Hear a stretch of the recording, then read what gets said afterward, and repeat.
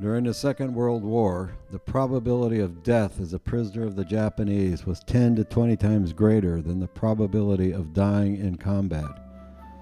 The Japanese army believed in the samurai code of Bushido, the way of the warrior.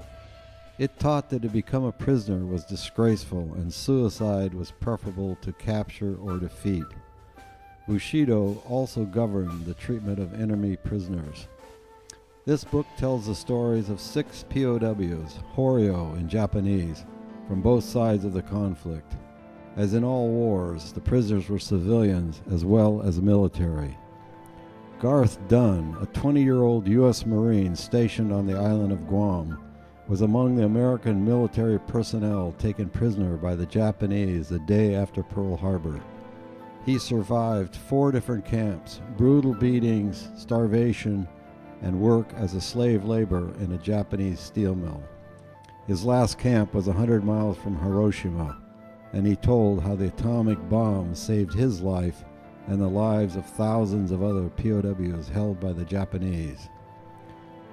Simon and Lydia Peters were civilians, European expatriates living at a mine in the Philippines.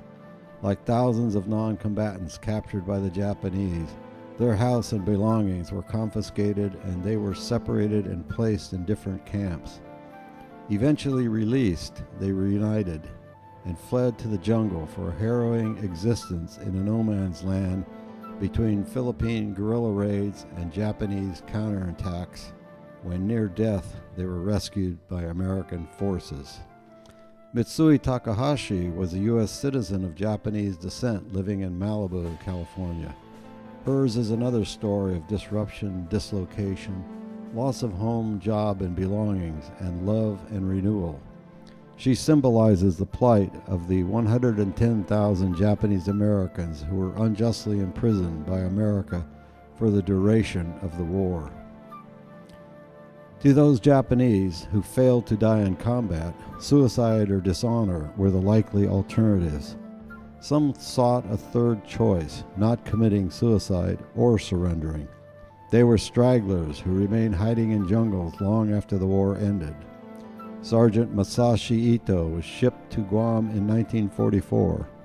After the Japanese defeat, he refused to surrender and remained hidden in the jungle until 1960. His long-lost diary told part of his amazing survival story. Ensign Kazuo Sakamaki was captain of one of 5 midget submarines that tried to penetrate Pearl Harbor during the attack. All were lost, including their crews, with the exception of Sakamaki. He suffered the embarrassment of being Japanese POW number 1, captured the day after Pearl Harbor, and had the further humiliation of being the only Japanese POW for 7 months. These 6 POWs have one thing in common. They were survivors.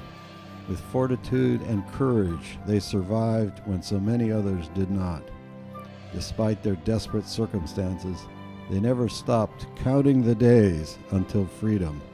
Their stories are an inspiration to future generations.